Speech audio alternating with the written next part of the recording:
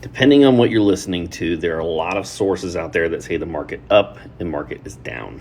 The chart behind me shows the top 40 real estate markets in the United States and where they are relative to their peak. You can find this over on fortune.com.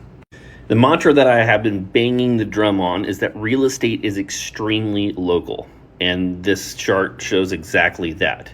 If you're curious about where yours is, you can go to the website, but if you're curious about our market is, Virginia Beach, well, look down below. Basically, what this article is saying is that if it's in the blue, that is either at or above previous peaks. So let me show you exactly where we are.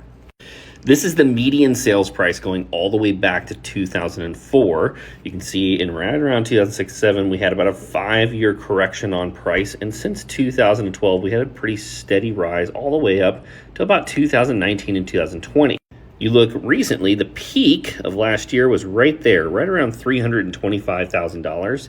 And we're hit a second peak right here this year, right around $345,000. That's about a 6.15% appreciation year over year. What's likely to happen now is that you're going to see, just like every year has a cycle, you have winters and summers and winter and summer and winter and summer, is that as we head towards winter, prices will come down a little bit. The main reason for this is that competition is lower. It doesn't necessarily mean that there are crazy deals that are going to happen. That really is determined by whether it's a buyer's market or seller's market. And the next stat that I'm going to go over shows exactly how that works.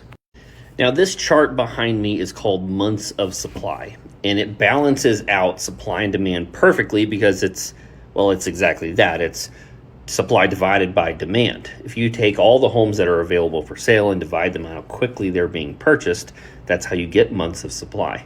That little band that you see right here, that's a neutral market. It means it doesn't necessarily favor buyers. It doesn't necessarily favor sellers. Remember when we talked about the correction, the price correction back from 2007 to 2012? Well, you can see it started off very, very strong towards buyers. The higher and higher you go above this band, the more and more things tend to favor buyers. And the lower you go towards zero, the more and more things tend to favor sellers. There are contracts in each one of these markets that will favor either, but you'll see on the whole that as you're close, like if you look way over here, you'll see that this was during COVID. When the supply was at all-time lows, interest rates were also at all-time lows, creating tons of demand. And you see that basically the sellers held all the cards. Things tended to favor them very, very strongly. And that's why you saw appreciation jet up very strongly. You can see that it softened some as we headed towards winter. Interest rates were rising. But as we headed back into the summer cycle, again, you can see those summer-winter cycles here, that it went back down towards favoring sellers. Now, is it the same market we had in COVID? Absolutely not. But if I was a betting man and I was looking at the overall picture of when the best time to buy is as a buyer, it's probably going to be in the next 5 months.